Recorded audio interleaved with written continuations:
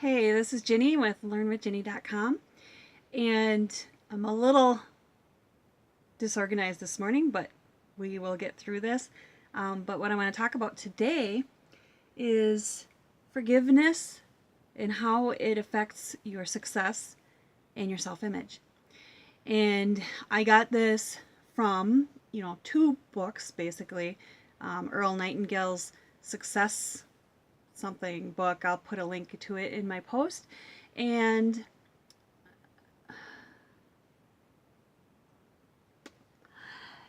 one moment. Let's see, we're having a problem over here.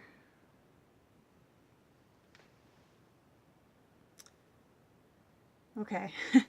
So hopefully on Facebook over here, where we're live, you can hear me. I know my connection is weak, so make sure that you chime in and tell me that you can hear me. And say hi. Tell me where you're from, and tell me what your biggest struggle is in your business and in your mindset, because that's what we're talking about today is mindset, basically. Mindset and self-image. So I'm going to start off with a little bit of imagination here, but it's an exercise that Dr. Maltz has you do in the book Psycho-Cybernetics. And I do have a post somewhere on my blog, and I'll make sure that I link it in this post too, where I gave an opportunity to get that book for free. So, and it's a really excellent book. I learned a lot from it, and you can too. So, yeah, make sure you can hear me over there on Facebook Live, because it looks like our connection is weak. I will have the full video in my blog post, because it'll be on YouTube and I always put it in my blog post. So make sure you check the blog post later on today, because that's where it will be after I'm done at work and all that. So imagine yourself in a theater, and it's one of those old-fashioned theaters with the curtain, and you're watching a screen. The curtain opens up, and it's you. It's you, and it's your life, and it's you doing what you've always wanted to do. Or it's you as your most successful, your most confident, your best self. And it's you doing something that you want to accomplish. Let's say you wanted to get an award and be the one that walks across the stage because you've done so much in your company, or you've reached that rank where you get to walk across the stage and make a speech, or you're getting recognition, or people are coming up to you in great detail. Watch this on your screen in your mind in that theater. And this is kind of a meditation that Dr. Maltz recommends you do every day, because ultimately your nervous system doesn't know the difference between what's imagined and what's real.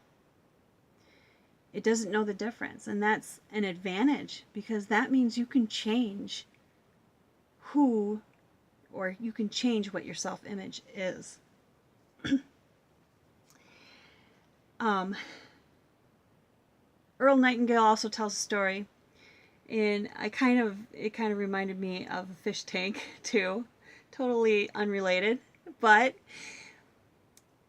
this farmer decided he was growing pumpkins, and he put one pumpkin into a jug, and that pumpkin grew and grew, but it only grew to the size of the jug and the form of the jug.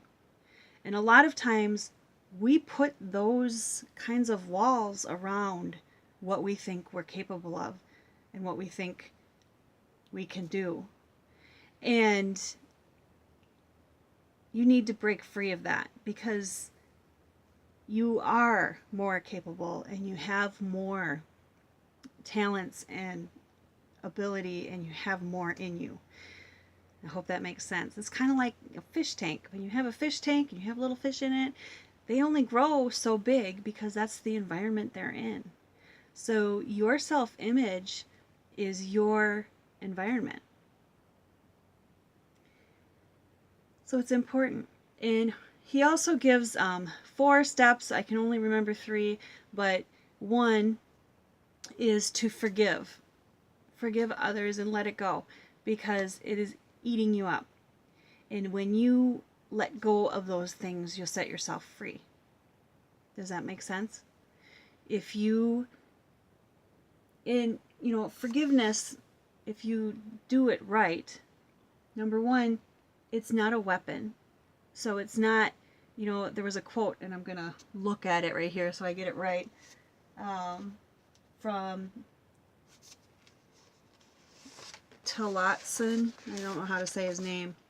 But he says, don't merely try to get even, forgive your enemy and get ahead of them. And that's not the way that forgiveness should be, because it doesn't, you want to have a therapeutic forgiveness. You want to have forgiveness that will build your self-image and make it better. And if it's a weapon and you use it that way, it doesn't cut out the bad stuff. If you're not using it, using emotional or using forgiveness in a therapeutic way cuts out the bad stuff. It's like taking a scalpel and cutting it out, and using it as a weapon doesn't do that. Give up your grudges. Don't hang on to them, because they're dragging you down. It's kind of like that self-image in that jug. That pumpkin couldn't grow any further. The grudges hold you back. And if you are willing to forgive, you can. And then number 2 was to forgive yourself. Because, we all make mistakes. And you are not defined by your mistakes. Your mistakes are not you. So let them go, learn from them, and move on. And then finally is just being your best self. That's number 3. I don't remember what number 4 is. I'm sorry. I just listened to this like last week, I think. And I did write some of it down, but I missed step 4. But anyway, maybe we can look it up or something. There's lots of if you look up habits that change your self-image, there's just lists and lists of websites, psychology websites and all that can help out. And then there's this book, Psycho-Cybernetics. So I highly recommend it. It's a very good book. Let me make sure I covered all my points. Oh, I know what I was... Okay, so on that reality thing, where your nervous system doesn't know the difference between what's real and what's imaginary. Worrying was a perfect example. When you worry about things, you physically, emotionally, and psychologically feel what happens if that happened that you're worrying about.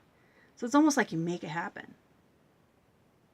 And I don't know if this is not a very good example, probably, because my husband just hates it when it's raining and snowing and all that. So he gets all... It's almost like it's cloudy on him all the time. But, I'm like, what if you walked around and said, the sun always shines on me? You might notice the sun more. I don't know. Anyway, I hope that this helps, and I hope that forgiveness becomes part of your self-image. And I'll put this link in my blog post, and I'll put those 3 steps in there too, so that you can read it. And if I can find it in that book, I'll put the 4th one. But either way, these 3 steps will get you closer. And that's linked to your success. Okay? So, because if you can create a bigger, better self-image, it's automatically going to happen. Right? So, I'm sorry about the Facebook Live over here. I see that it's not doing well. So, I will make sure that this video that I recorded gets put into my blog post. Make it a great